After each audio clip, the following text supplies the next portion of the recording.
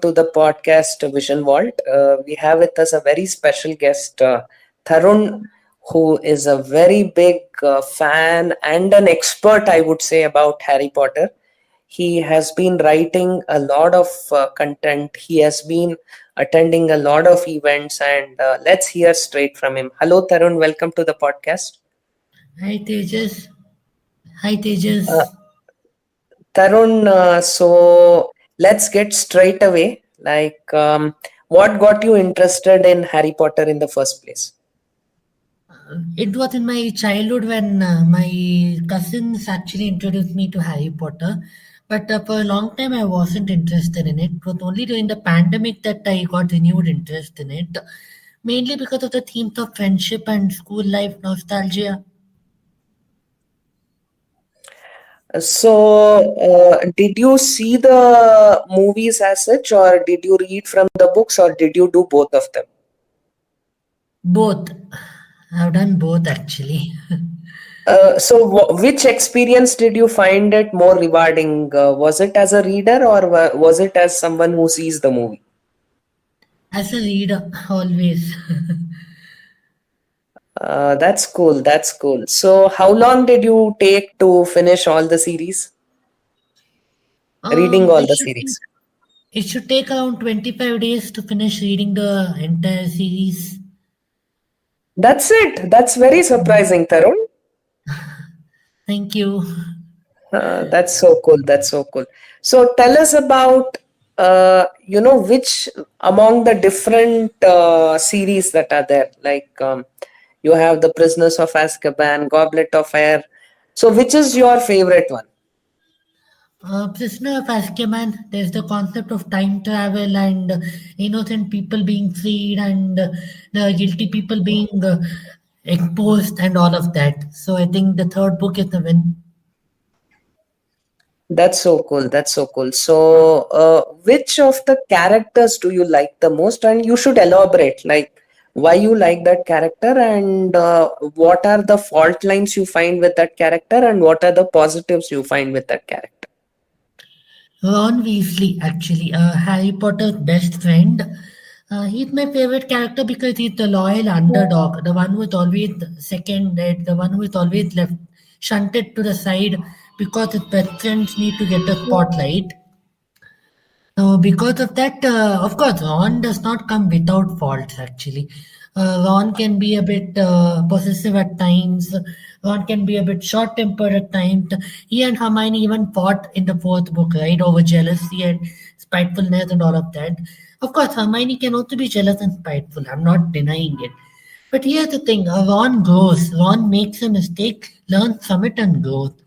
For example, in the fourth book, when he did not ask Hermione out to the ball on time, of course they had a big argument and all of that escalated.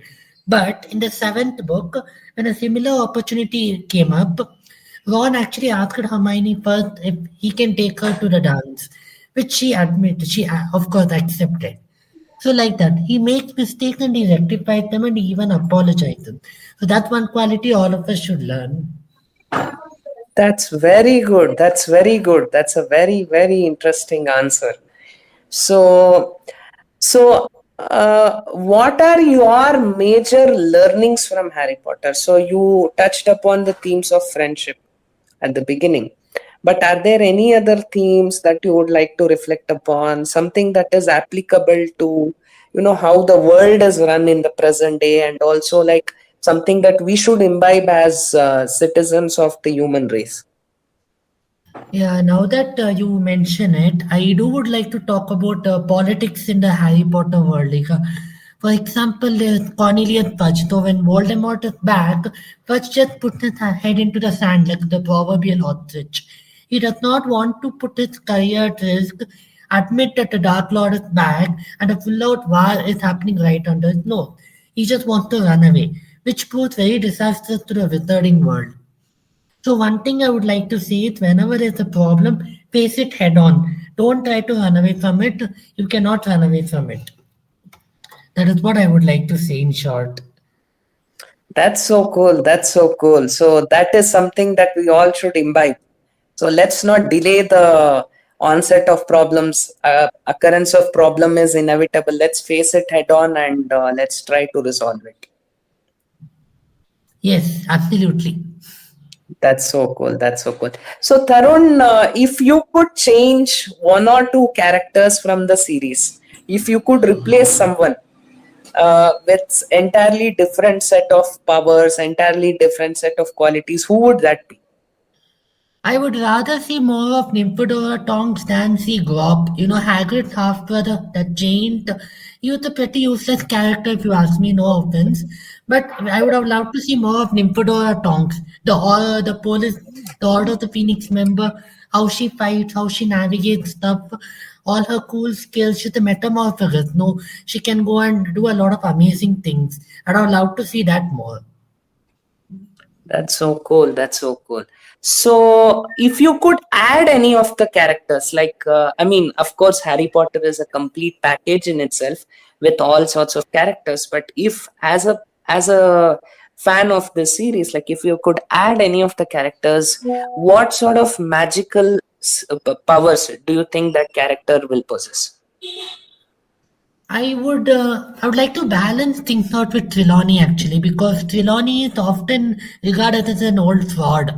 Of course, she makes one or two correct predictions, but most of it is just, just not accurate. So I would actually add a seer who is actually more powerful, who actually makes correct predictions, but it's kind of underrated. So that Trelawney still gets the focus. That's so nice. That's so nice. So, Tarun, amongst the professors at the Hogwarts School of Witchcraft and Wizardry, who is your most favorite one and why? Whom do you don't like and why? I like Professor Minerva McGonagall because she's a very level-headed, fair, and very just professor, right? She will not hesitate from calling out her own student. At the same time, she will not hesitate from, giving punishment when appropriate. Of course, there are times when she can cross the line. For example, sending 11-year-old kids to the Forbidden Forest for detention. But otherwise, she's a very level-headed professor and an amazing fighter. She's a member of the Order of the Phoenix. She defends Hogwarts many times. She even fights Voldemort. So she's an amazing fighter and very unbiased. And what about the professor whom you don't like at all? I'm not very fond of Professor Snape actually. I mean, I get about his cool role and everything. Okay, But I'll be very honest. Why I don't like him is because he bullies students, and okay, he's responsible for Lillian James's death, just like Peter Pettigrew. He's the one who told okay. Voldemort about a prophecy. If he had never done that, Harry's parents would never be dead. So maybe we should look at it. Maybe the story would itself would have been completely different then. Yes, and on Okay. top of that, Snape goes on to bully Harry, Ron, Hermione, Neville for many years, which is even more wrong. Hmm. So you don't like the bullying part. Yes, yes. But otherwise, I understand he's a great fighter, great dual strategist, and all of that. Okay.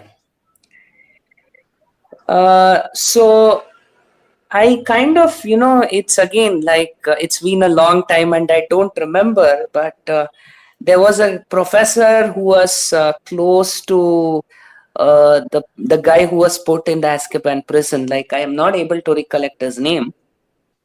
Remus Lupin, one of the Yeah. Marauders. So what do you think about Remus? He's a man with his own inferiority complex, his own insecurities, and yes, sometimes he can be cowardly. Like he does not stand up to James and Sirius when they are bullying Snape, or Remus does not come into Harry Potter's life until he's 13 years old. I mean, at least he could check on Harry frequently. Sirius literally broke out of Azkaban to come and see if Harry Potter is doing okay at the Dursleys. Remus did not do that. And on top of that, in the seventh book, Remus actually abandons his pregnant wife and runs away because he's afraid that his child will also carry his, werewolf thing, werewolf condition. Mhm. So yeah, he can be a bit cowardly at times, but he's got his heart in the right place, and he knows what he's doing. One of the best professors at Hogwarts. I have over That's so cool. So, 50 which years of is your experience in favorite? research.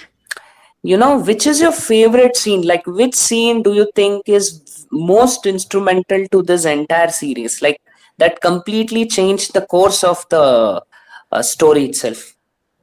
Dumbledore explaining the prophecy to Harry Potter when Harry is angry about Sirius's death in the fifth book, and he vandalizes Dumbledore's office. Okay, that you think changed the course of the entire story. Absolutely. That is where we get to know why Harry Potter has to go back to his abusive aunt and uncle every year. Okay. So, what do you think about the Muggle world, like the Muggle characters that come in Harry Potter? I just feel pity for them. I mean, they're born in such an amazing world where magic exists, and unfortunately, they're not blessed with magic. I mean, I can kind of empathize with the younger Petunia, why she could have felt jealous by with Lily. But of course, this is not an excuse to her action. Her actions are still not justifiable. But yeah, I can still understand why she would be so, pissed off and everything. Because being a muggle in a magical world, that's just, it's like saying that others are better, others are gifted, but not you. That's so cool. That's so cool. So, which is your favorite magical spell, like amongst all the spells that you have come across during the series? Expelliarmus, classic spell, just disarm the opponent and, try out your next move on him. Now, can you explain? Can you elaborate in detail for those of the listeners who are not aware of what this spell does? Expelliarmus is basically the spell Harry Potter uses as a signature spell, they call it, right? So you Okay. just point your wand at your target and you say Expelliarmus and they get disarmed. The wand flies out of their hand. And now they are defenseless, so you can do whatever. That's so cool. That's so cool.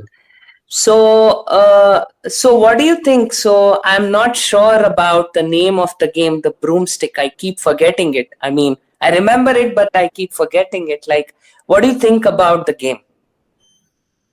Quidditch is a nice game when you don't think Quidditch. about it too Yes. Yeah. much. Like when you don't think about it too much, it's a nice game. But if you try to apply logic to it, it makes no sense because the seeker will gain 150 points to his team by catching the snitch. So the other players are virtually useless then. And if you could replace this game with any other game with a different set of rules, like what would it be? You can come up with the game at the spot now itself. I haven't thought much about it actually. I would say maybe a broom race or something like that. A broom race. Yeah. That's so cool. So just like a Formula One race. Yes, yes, correct. Okay, where it will be more upon the individual than the team they're representing. Exactly, exactly. That's And so everybody nice. will get a fair chance. That's so nice. What do you think about the sorting hat? Do you think it actually sorts people based on the group that they should be in, or is it biased in a way?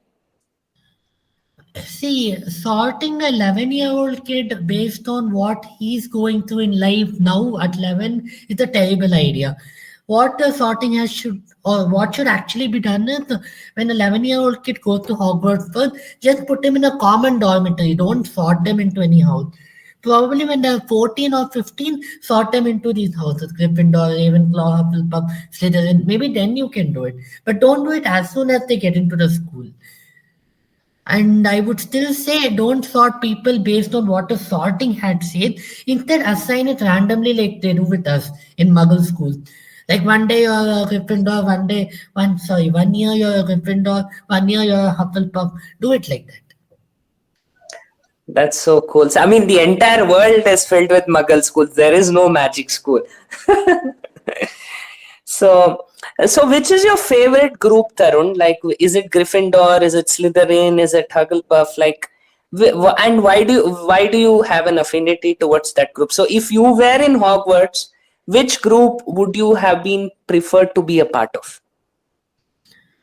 I have taken a lot of tests on Pottermore, and according to those tests, most of the times I get Hufflepuff. And I think I agree with it because my values align more with Hufflepuff. So I must say I'm biased towards Hufflepuff. You're no, but why? Why are you biased towards Hugglepuff? Because Hufflepuff values loyalty and fair play and hardworking, and also because Hufflepuff is kind of ignored, overshadowed in the Potter universe. Okay, that's a nice perspective. What do you think about Neville Longbottom and Draco Malfoy? Neville is a hero, actually. This guy is a hero. He just comes into Hogwarts as a very bumbling, very naive, like a cinnamon roll. But he grows. That's the point of the series. Like Ron, Neville also grows. His growth is amazing. And he becomes a hero, and he actually leads the Dumbledore's army in the seventh book. So that's a great thing. Draco Malfoy is a very racist Death Eater who I would not really like to think much about. He is a Death Eater and he should have been put in Azkaban because he knew what he was doing. He was trying to kill Dumbledore. He led a group of Death Eaters into the same school where his own friends are studying. Forget his enemies. His own friends are studying there. He didn't hesitate to put their life in risk. Hmm. No, what do you think, Tharun? We are almost coming to the end of our podcast. What do you think makes Harry Potter special? Now, like there, so many people have so many reasons, but according to you, as a big fan of the series, like what exactly do you think is different in Harry Potter than you come across any other, series that you have read?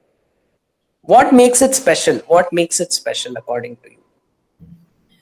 It's actually pretty much simple. It's the themes of family and friends and loyalty and willing to stand up for what is right, and of course, with a little bit of magic. Okay.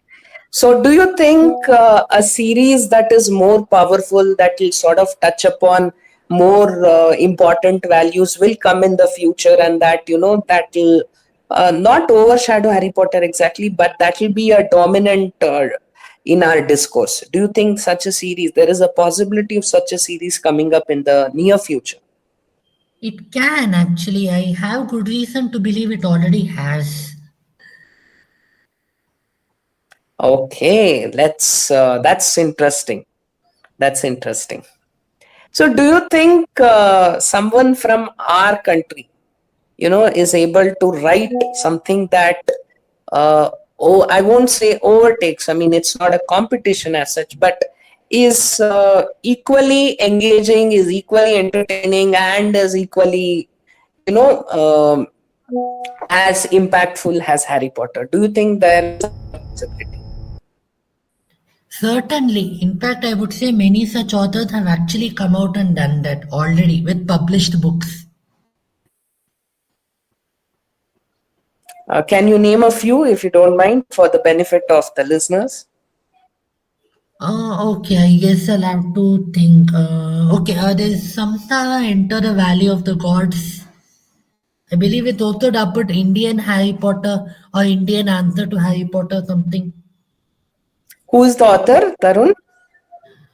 Um, I, I think Saksham Garg. I'll have to look it up actually. I don't remember. I read Okay, it long okay, back. okay, okay, okay. That's so cool. That's so cool. So, Tarun, Um, let's talk about some general things now. So, if you could write a book one day, yes, what will be the most important theme that you will touch upon? I will. I will probably create a world which is set in ancient India with a very grandeur, with lot of grandeur and politics and intrigue. Think along the lines of Ramayana or Mahabharata. That's good. That's so good. That's so good. So, Tarun, uh, going down the line, like in the future? Like, how would you see your engagement with Harry Potter evolving? So, will you be a fan? Will you be writing blogs? Will you be, what is your plans? Like, honestly speaking, what do you want to do with respect to Harry Potter? I And, have yes, please go ahead, Thar. no, I shouldn't have interrupted. No, no, please go ahead. No issues. That's. I have already been writing fan fiction and creating fan art on Harry Potter. I'll just continue doing it. Please share the link so that we can post it and let others also benefit by seeing that, so that Absolutely. we will make sure that it gets a larger traction. So we are almost coming to the end of our podcast with Tharun, the wizard from Bangalore.